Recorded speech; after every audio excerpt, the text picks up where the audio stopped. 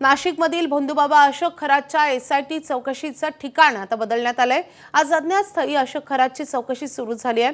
Ashok खरातच्या form हाऊसवरील कर्मचारी, मंदिरातील पुजाऱ्यांचीही आज चौकशी होणार आहे। खरातच्या चौकशीला एसआयटी प्रमुख तेजस्विनी सातपुतेही उपस्थित आहेत। कालच खरातची 7 तास चौकशी झाली होती। खरात आणि या प्रकरणातील मुख्य सूत्रधार नीरज जाधव या दोघांची काल समोरासमोर बसून चौकशी करण्यात आली होती। हिमांशू पोलीस क्लबमध्ये काल खरातची चौकशी झाली।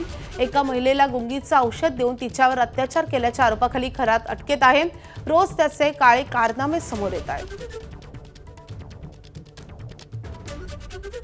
भोंदूबाबा असलेला अशोक खरात उर्फ कॅप्टन खरात याची एसआयटी कडनं चौकशी सुरू आहे। नाशिकच्या याच हिमांशू पोलीस क्लब या ठिकाणी त्याची काल तब्बल 7 तास जी आहे ती चौकशी करण्यात आलेली होती। मात्र आज पुन्हा त्यांची जी चौकशी होती ती याच हिमांशू पोलीस क्लबमध्ये होणार होती। मात्र अज्ञात स्थळी त्याला आता घेऊन गेल्याची माहिती मिळालेली आहे। एकूण जर बघितलं तर या एसआयटी कडनं देखील अज्ञात स्थळी जो सगळा चौकशी स्थळ आहे ते बदलण्यात आलेलं आहे। आपण जर बघितलं तर हे नाशिकमधलं पोलीस क्लब आहे हिमांशू नावाचा, याच ठिकाणी त्याची काल ही चौकशी करण्यात आलेली होती। त्याच्यासोबत नीरज जाधवची देखील चौकशी करण्यात आलेली होती। मात्र आज नाशिकच्या सिन्नरमध्ये जे ईशान्येश्वर मंदिर आहे त्या ईशान्येश्वर मंदिराचे पुजारी आणि 2 कर्मचारी यांना देखील एसआयटीने ताब्यात घेतलेलं आहे।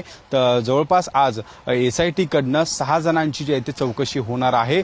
त्यामुळेच कुठेतरी या संपूर्ण चौकशीच्या दरम्यान विशेष अशी गुप्तता खरं तर एसआयटी कडनं पाळली जात आहे आणि त्यामुळे एकूण जर बघितलं तर या हिमांशू पोलीस क्लब मधून जे आहे ते आता हे स्थळ चौकशीचं बदलण्यात आलेलं आहे। आपण जर समोर बघितलं तर या कार्यालयामध्ये संपूर्ण जे अधिकाऱ्यांकडनं जे मिळालेले कागदपत्र होते किंवा एकूण जर त्यांची सगळी माहिती होती ती देखील हे पथक घेऊन गेलेलं आहे। आणि या ठिकाणी आपण जर बघितलं तर त्या कार्यालयाला देखील एक विशेष पद्धतीनं लॉक त्या ठिकाणी लावलेलं आहे आणि हे लॉक लावून खरं तर हे सगळं परिसर हा सीसीटीव्हीच्या अधीन असल्याचं आपल्याला पाहायला मिळतोय आणि त्यामुळे कुठेतरी या ठिकाणी जे पुरावे आहे ते देखील या ठिकाणी सुरक्षित राहावे याची देखील खबरदारी ही एसआयटी कडनं करण्यात आलेली आहे। कॅमेरामन मंगेश सोनवणेसह शुभम बोडके, एबीपी माझा, नाशिक।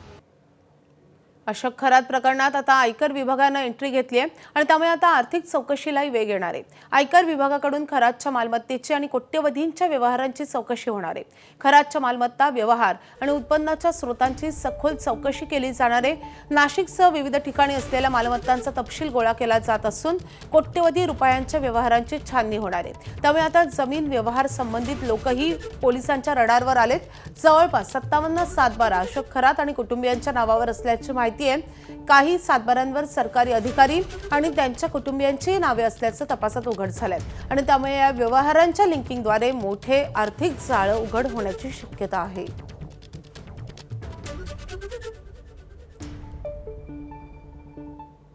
तर भोंदू अशोक खरात प्रकरणात धक्कादायक खुलासे समोर येत आहेत। आता तपासाला आणखी वेग आलाय। आधीच गंभीर आरोपांना सामोरं जात असलेल्या खरात विरोधात आणखी 3 पीडित महिलांनी पुढे तक्रार नोंदवण्याची तयारी दर्शवली आहे आणि त्यामुळे या प्रकरणाची व्याप्ती आणखी वाढली असून तपास यंत्रणांना महत्त्वाचे धागेदोरे मिळण्याची शक्यता आहे। या 3 महिलांना विश्वासात घेऊन त्यांची वेगवेगळ्या ठिकाणी गोपनीय पद्धतीने चौकशी करण्यात येते। एसआयटी कडून या महिलांचे जबाब नोंदवले जात आहेत। अशोक खरातनं महिलांचे शोषण केल्याचे 100हून अधिक व्हिडिओ असल्याची माहिती आता समोर आली आहे।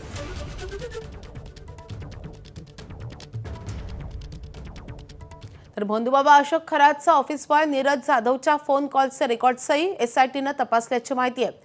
नीरज जाधव खरातचे निरोप महिलांना पोचवत असल्याचीच माहिती सूत्रांनी दिली आहे। नीरज जाधव फोकस प्रॉपर्टीमध्ये येणाऱ्या महिलांच्या संपर्कात होता अशी माहिती विश्वसनीय सूत्रांनी दिली आहे आणि त्यामुळे नीरज जाधवचे कारनामे आता समोर येण्याची शक्यता आहे।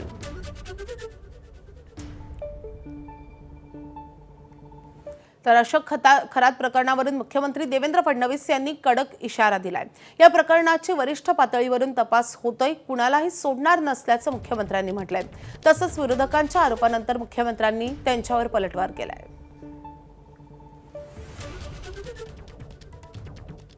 या संपूर्ण प्रकरणाची अत्यंत वरिष्ठ स्तरावर मॉनिटरिंग होते आहे।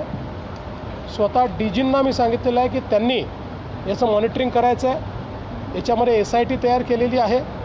नाशिक सीपी आणि एसआयटी मिळून या ठिकाणी हे काम पूर्ण करत आहेत आणि मला असं वाटतं की या संदर्भात कुठल्याही परिस्थितीत कोणालाही स्पेअर केलं जाणार नाही।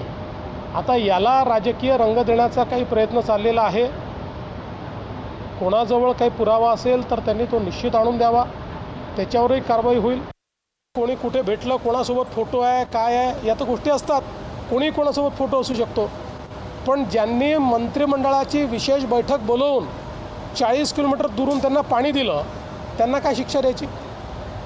आणि मंत्र्यांबद्दल बोलणारे त्यांच्याबद्दल का चूप आहेत? तिथे तोंडाला कुलूप का लागतं आहे? सिलेक्टिव्ह का बोलत आहे?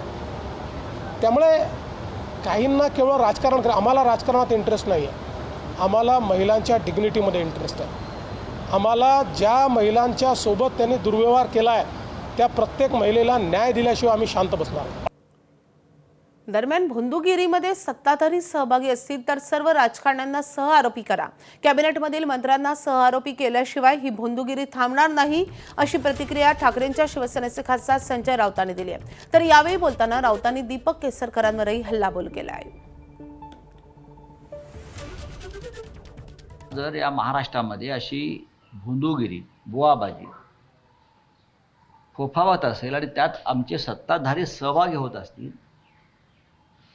तर तिथे त्या भोंदूबाबाच्या दरबारात जाणाऱ्या सर्व राजकारण्यांना, खास करून मंत्र्यांना, जे सत्ताधारी आहेत ते मंत्री, त्यांना सहआरोपी केलं पाहिजे.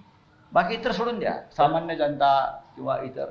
पण जे मंत्री आहेत, जे सत्तेवर आहेत, जे कॅबिनेटमध्ये आहेत देवेंद्रजींच्या, त्यांना सहआरोपी केल्याशिवाय या राज्यातली भोंदूगिरी, बुवाबाजी थांबणार नाही.